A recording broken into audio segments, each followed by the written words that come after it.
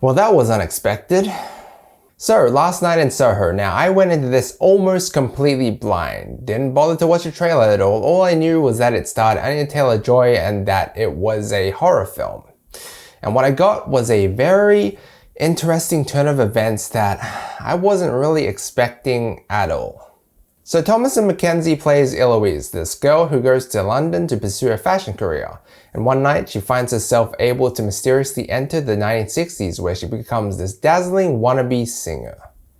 Which is like her idol and very fitting for her since in the beginning we see her having trouble fitting in with the crowd.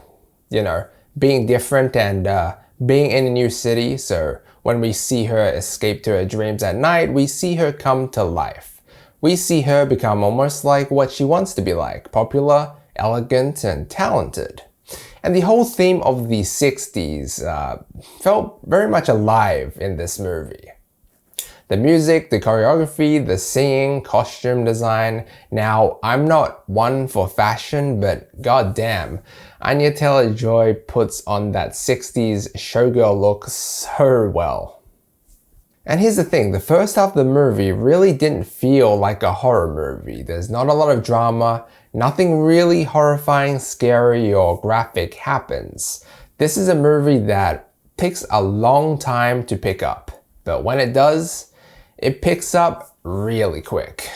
It's kind of weird though, because this movie starts off one way, you know, with her going to fashion school, but then it just goes another way, a direction that wasn't really expected at all. What turned out to be her newly found life as a fashion artist turned into an intense murder mystery case. But being someone who didn't see the trailer coming into this, since I didn't want to spoil myself too much, this felt like a very confusing movie at first. Like, how does she enter the 1960s? Does she teleport? Does she have a power? Is she dreaming? Because the way it was shown on screen was like she was in an alternate reality, like she was right there with her, stuck in the mirror or something. So that was pretty confusing on first watch, but now after having actually seen the official trailer, it does make a little bit more sense, but I just felt like I needed a little bit more elaboration in the movie, as well as with this special power or gift that she has. And also with a certain character in the movie as well, which I would love to say who, but I just don't want to spoil it because it's at a part where the plot really starts to unravel itself.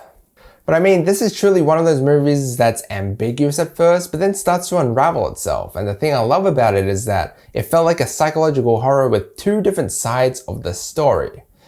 You've got a troubling girl trying to make it up the ranks as a fashion designer, you know, moving from the countryside to the big city. And then you've got the wannabe singer in another world going through the hardships of a young performer in the 60s.